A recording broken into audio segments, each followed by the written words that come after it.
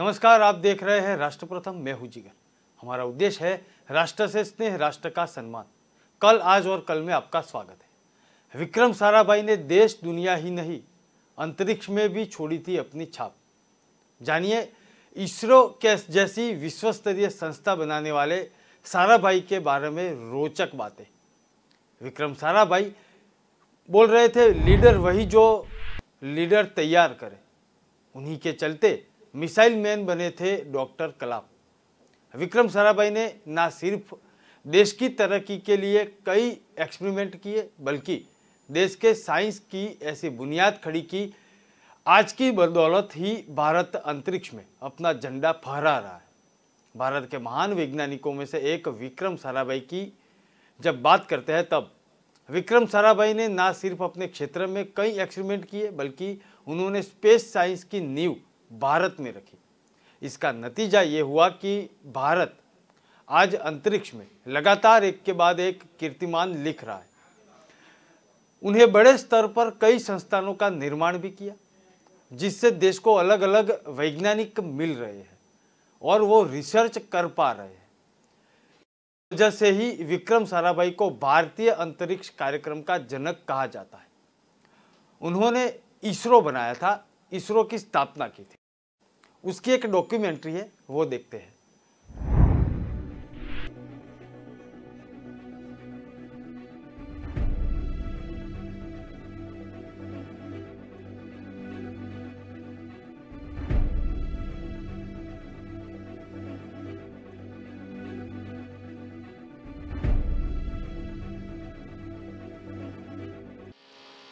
विक्रम साराभाई की पढ़ाई की बात करें तो साराभाई ने कैम्ब्रिज विश्वविद्यालय यूके से कॉस्मिक रे भौतिकी में ट्राइस्पॉट और पीएचडी की उपाधि ग्रहण की थी।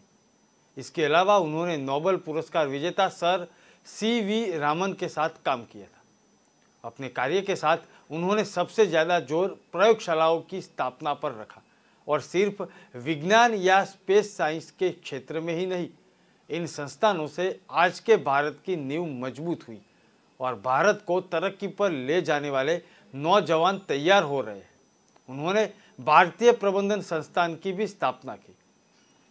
उन्होंने कई क्षेत्रों में अनेक संस्थाओं की स्थापना की या स्थापना में मदद की। जब वो 28 साल के थे, तब उन्होंने अनुसंधान संस्था के लिए धन देने के लिए दोस्तों और परिवारों वालों को राजी किया, जिसके बाद 11 नवंबर 1947 में अहमदाबाद में विक्रम साराभाई ने भौतिक अनुसंधान प्रयोगशाला पीआरएल की स्थापना की। इसके साथ ही उन्होंने कई और संस्थान भी खड़े किए, जिनके दम पर आज भारत को भारी टैलेंट मिल रहा है। इन संस्थाओं की उन्होंने स्थापना की थी: भौतिक अनुसंधान प्रयोगशाला Ahmedabad, Indian institute of management Ahmedabad, community science centre Ahmedabad और दर्पण एकेडमी फॉर परफॉर्मिंग आर्ट, वो भी अहमदाबाद स्थित है। विक्रम साराभाई अंतरिक्ष क्षेत्र space application centre Ahmedabad, fast breeder test reactor, कई जैसे संस्थानों की उन्होंने स्थापना की। Hyderabad uranium corporation of India limited भी शामिल है, बिहार में भी आया हुआ है। ऐसे कुछ लोग हैं जो विकासशील राष्ट्रों में अंतरिक्ष गतिविधियों की प्रासंगिकता पर सवाल उठाते हैं। हमारे सामने उद्देश्य की कोई अस्पष्टता नहीं है, पर हम चंद्रमा या ग्रहों की मानव सहित अंतरिक्ष उड़ानों में आर्थिक रूप से उन्नत राष्ट्रों के साथ प्रतिस्पर्धा की कोई कल्पना नहीं कर रहे। लेकिन हम आश्वस्त हैं कि अगर हमें राष्ट्रीय स्तर पर और राष्ट्रों के समुदाय में कोई सार्थक भूमिका निभानी है, तो हमें मानव और समाज की वास्तविकता समाज के लिए और उन्नत प्रगतिकरण के लिए लागू करने में किसी से पीछे नहीं रहना चाहिए। और ये बात विक्रम साराभाई ने बहुत पहले उनका एक सपना था, उसमें सोच ली थी। वड़ा प्रधान नरेंद्र मोदी ने विक्रम साराभाई के पर क्या बयान दिया था, वो सुनते हैं। भूमिका रही। साथियों, डॉक्टर साराभाई को वैज्ञानिक समुदाय भली भांति जानता है। ये भी आवश्यक है कि आज की पीढ़ी के लिए उनके प्रेरणादायी जीवन के बारे में जानना बहुत उपयोगी होगा। डॉक्टर विक्रम साराभाई को बचपन में ही विज्ञान की बारीकियां और मशीन की दुनिया ने आकर्षित किया। ठीक उसी प्रकार हमारे आसपास अनेक ऐसी प्रतिभाएं हैं जो उनसे और ऐसे महापुरुषों से सीख सकती हैं। डॉक्टर सीवी रमन के मार्गदर्शन में बचपन में ही विज्ञान के प्रति डॉक्टर साराभाई का आकर्षण बढ़ा और यही आकर्षण भारत के वैज्ञानिक भविष्य का मिशन बन गया। उसी तरह आज की पीढ़ी को भी अपने लक्ष्य तय करने में अनेक महापुरुषों से प्रेरणा मिल सकती है। साथियों, डॉक्टर साराभाई पूरी तरह से आश्वस्त थे कि भारत के विकास का रास्ता विज्ञान और टेक्नोलॉजी के जरिए ही निर्मित होगा। वे कहते थे कि अगर देश और दुनिया में हमें अपनी सार्थक भूमिका निभानी है तो जनता की, समाज की हर समस्या के समाधान के लिए आधुनिक टेक्नोलॉजी के उपयोग में हम किसी से पीछे न रहें। उनके इसी विजन ने आज भारत को साइंस और टेक्नोलॉजी के क्षेत्र में बड़ी ताकत बनाने में अहम भूमिका निभाई है। स्पेस टेक्नोलॉजी हो या फिर न्यूक्लियर टेक्नोलॉजी, आज इन दोनों का उपयोग हम भारत के सामान्य जन की सुविधा और सुरक्षा के लिए कर पा रहे हैं। साथियों, साइंस और टेक्नोलॉजी को जन सरोकार से उन्होंने कैसे जोड़ा, इसका बेहतरीन उदाहरण है साइट प्रोग्राम, SITE। सैटेलाइट और टेलीविजन को शिक्षा से जोड़ने का पहला सफल प्रयास डॉक्टर साराभाई। विक्रम साराभाई नए संस्थानों के विकास पर जोर देते थे। उन्होंने लोगों की दिक्कत दूर करने के लिए साल 1960 में भारतीय अंतरिक्ष कार्यक्रम की नींव रखी थी। इसके साथ ही उन्होंने उपग्रह टेलीविजन का उपयोग करने, दूर दराज गांवों में शिक्षा के लिए योजनाओं की शुरुआत की। उनके भारतीय अंतरिक्ष कार्यक्रम में टीवी, दूरसंचार, मौसम आदि पर काफी काम किया गया। उन्होंने कॉस्मिक किरणों के समय पर परिवर्तन पर अनुसंधान की भी किया। उसके अलावा उन्होंने सौर अंतर्ग्रहीय फिजिक्स पर काम किया। होमी जहांगीर भाभा की आकस्मिक मौत के बाद उन्होंने परमाणु ऊर्जा आयोग के अध्यक्ष पद को संभाला। फिर देश के लोगों की समस्याओं के लिए टेक्नोलॉजी पर काम किया। कहा जाता है कि डॉक्टर विक्रम साराभाई ने दूसरे विश्व युद्ध के दौरान सीवी रमन के साथ काम किया। साल 1962 में इन्हें इसरो का कार्यभार सौंपा गया। उनकी निजी संपत्ति को देखते हुए उन्होंने अपने काम के लिए मात्र ₹1 की टोकन सैलरी में काम किया। आज भारत की वैज्ञानिक उन्नति के बारे में बात करते हुए इसरो का जिक्र करना विषय को अधूरा ही रखा जाता है। पिछले कई दशकों में इसरो ने ऐसी उपलब्धियां हासिल की है जो दुनिया में किसी देश को हासिल नहीं हुई है। लेकिन इसरो जैसी संस्था की अवधारणा इसकी स्थापना के कई साल पहले ही इसके संस्थापक और भारत के महान वैज्ञानिक विक्रम साराभाई ने कर ली थी। आज देश उन्हें याद करता है। उस वक्त देश में एक माहौल ऐसा बना था कि डॉक्टर विक्रम साराभाई के मौत के ऊपर भी सवाल उठे थे। ये तथ्य भी जानेंगे, उसके ऊपर भी हम बात करेंगे। लेकिन जो बात अभी इसरो की हो रही थी उसकी एक डॉक्यूमेंट्री है, वो देखते हैं।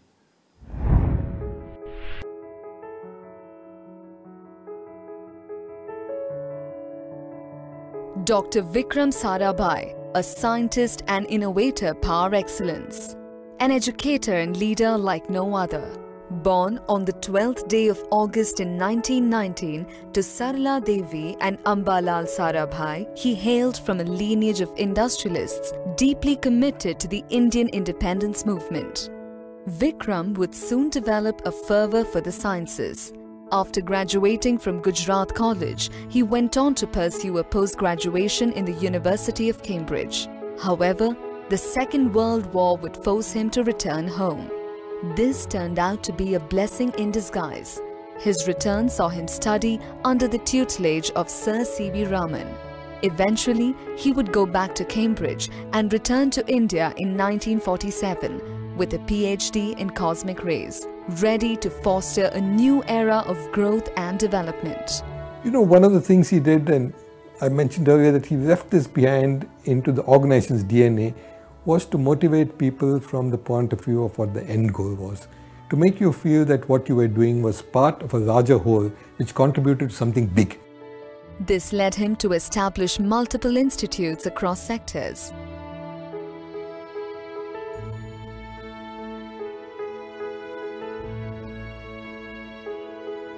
"1962 saw his first tryst with space. His track record in the sciences saw him appointed as chairman of the newly formed Indian National Committee on Space Research. As chairman, he oversaw the setting up of the Tumba Equatorial Launching Station in Trivandrum in 1963, a career highlight to this day. This was the base that launched India's first rocket into outer space. He knew that all the sounding rocket sites in Western countries were in the middle latitudes or near North Pole. There were no equatorial site. And so he said Tumba would be an equatorial site which would be of great interest to international scientific community. 1966 saw him take on a new role, this time chairman of the Atomic Energy Commission of India.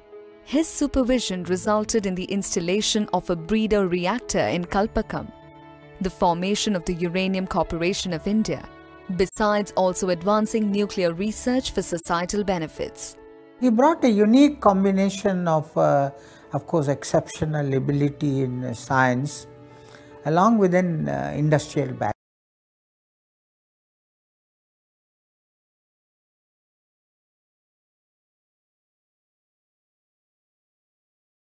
Human, a great visionary, a great patriot, great institution builder, but also a great man manager. His relentless drive to progress atomic research for human good would soon be noticed by the United Nations. He was subsequently nominated as the scientific chairman for the Committee on Atomic Research and Outer Space for peaceful purposes. Dr. Vikram also took it upon himself to educating the masses.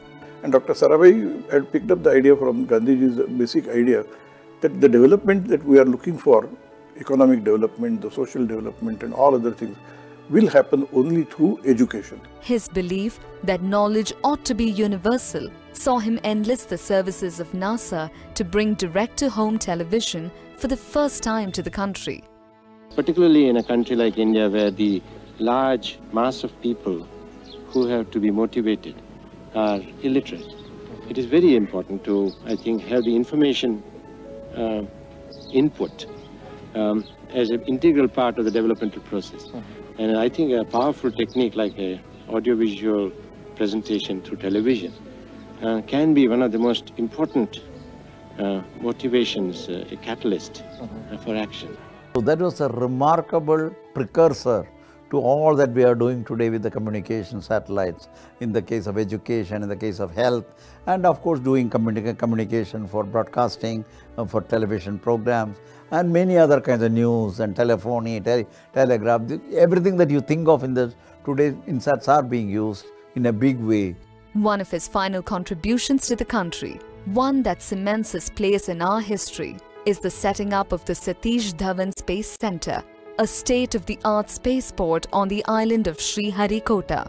This remains the most defining contribution to India's space exploration program. It is not the space program itself, but the way the space program has been built, which is important, of how generation after generation of people take on that leadership. His immense contributions saw him earn the Padma Bhushan in 1966 and Padma Vibhushan posthumously in 1972. Today, he is renowned and celebrated by the country that continues to be inspired by his brilliance. Dr. Vikram Sarabhai, the man who paved the way for India's phenomenal growth story. Truly, a man ahead of his time.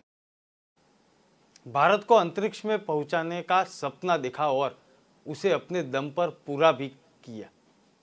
दूसरे विश्व युद्ध के अंत के बाद दुनिया भर में एक वैज्ञानिक जंग छिड़ी गई। इस बार ये जंग थी अंतरिक्ष में अपना दबदबा बनाने की। अमेरिका और रूस जैसे विकसित देशों ने इस ओर अपने दिन रात एक कर लिए, वहीं दूसरी ओर भारत जैसे देशों, उभरते देशों से अंतरिक्ष में जाने की उम्मीद भी नहीं की जा रही थी। हाँ, मगर भारत का एक व्यक्ति ऐसा था जो अपने देश को अंतरिक्ष में ले जाने का सपना देखता था। उस आदमी ने अपनी पूरी जिंदगी विज्ञान और भारत के नाम कर दी थी, ताकि देश का परचम लहराता रहे। ये व्यक्ति कोई और नहीं, महान वैज्ञानिक विक्रम साराभाई थे।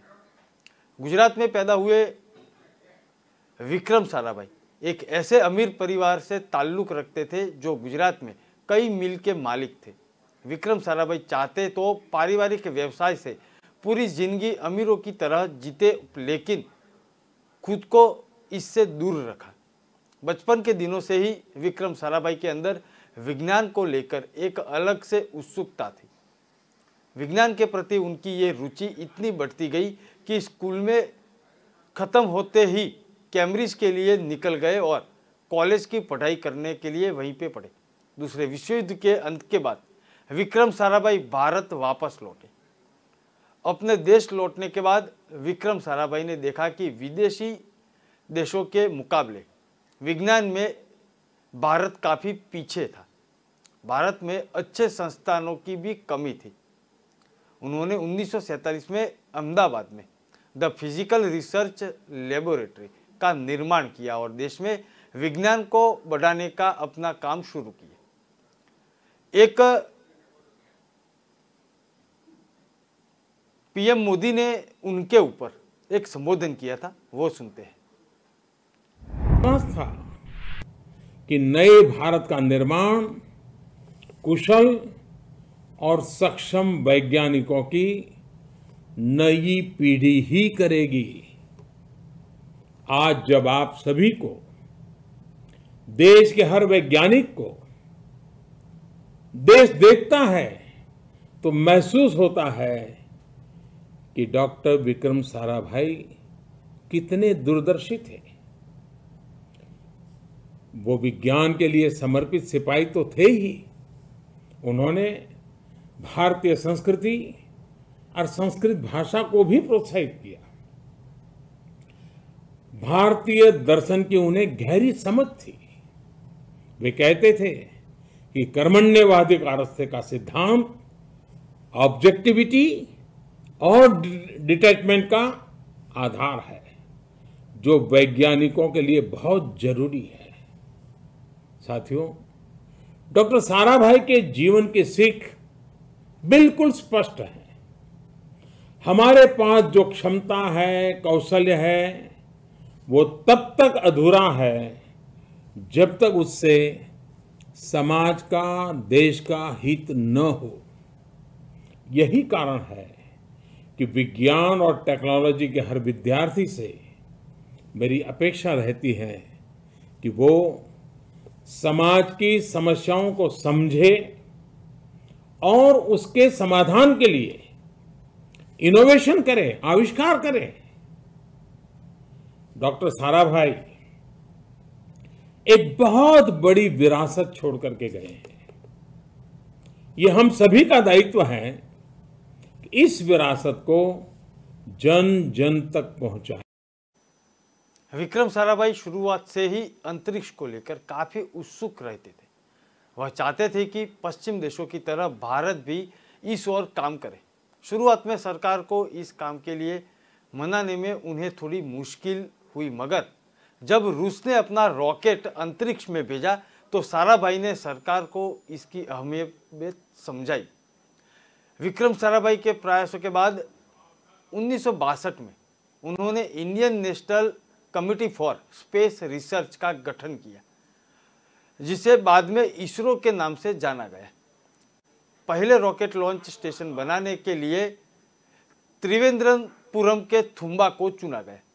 इस काम में होमी भाभा ने विक्रम साराभाई की भरपूर मदद की। 1 साल के अंदर लॉन्चिंग स्टेशन की पूरी तैयार हो चुका था। 21 नवंबर 1963 में पहली शुरुआती लॉन्चिंग वहां से की गई।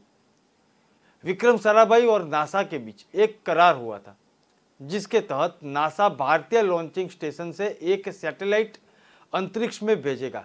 यह लॉन्चिंग अपने तय वक्त से थोड़ी देर में, मतलब कि 1975 में की गई। जुलाई 1975 में नासा ने SITE नामक सैटेलाइट अंतरिक्ष में भेजी। हालांकि इससे पहले साराभाई इसे देख पाते साल 1971 में उनकी मौत हो गई। दुनिया से रुसवा होने से पहले ही विक्रम साराभाई आने वाले वक्त के लिए इंतजाम करके गए थे।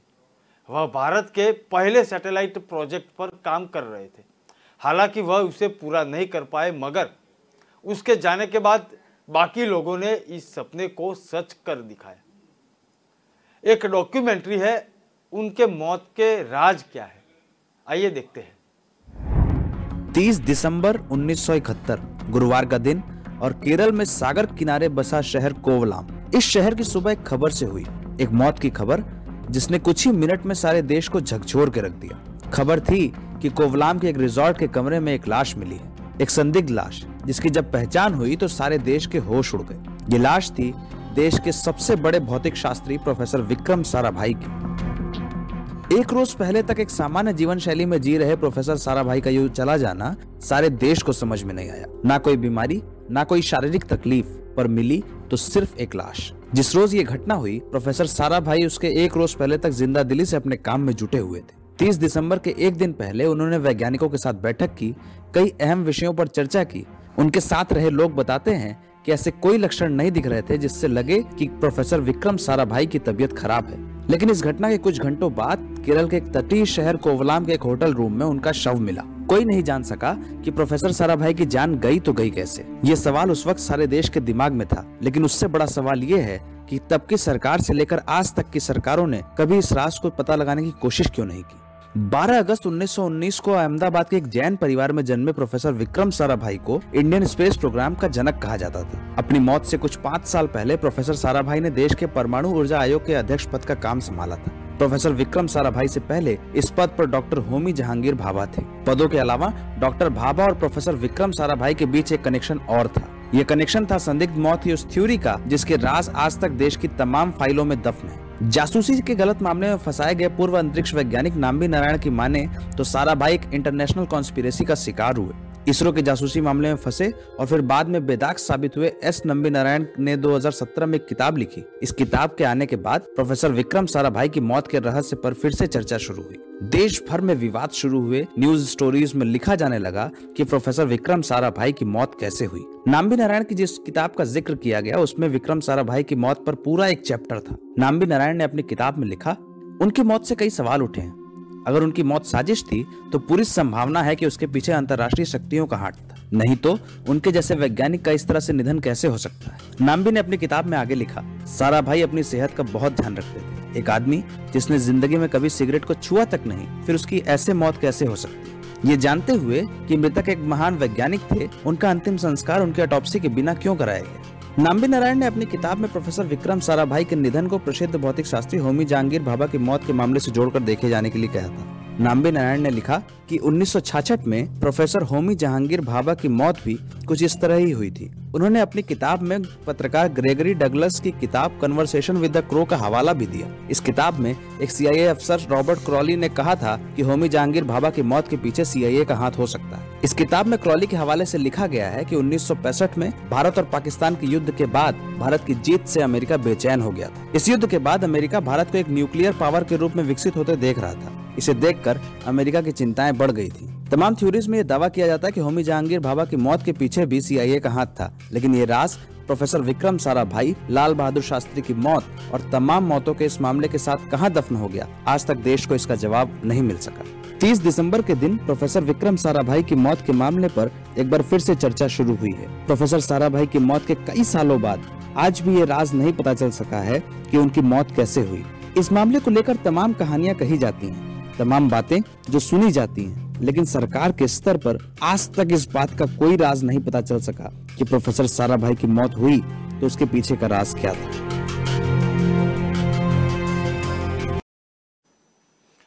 डॉक्टर विक्रम साराभाई उन चुनिंदा लोगों में से एक है जिन्होंने भारत को एक वैश्विक स्थान दिलाने का सपना देखा था। ये उनकी कोशिशों का नतीजा है कि आज भारत सिर्फ चांद नहीं बल्कि मंगल ग्रह तक पहुंच चुका है। कल फिर मिलेंगे। नमस्कार।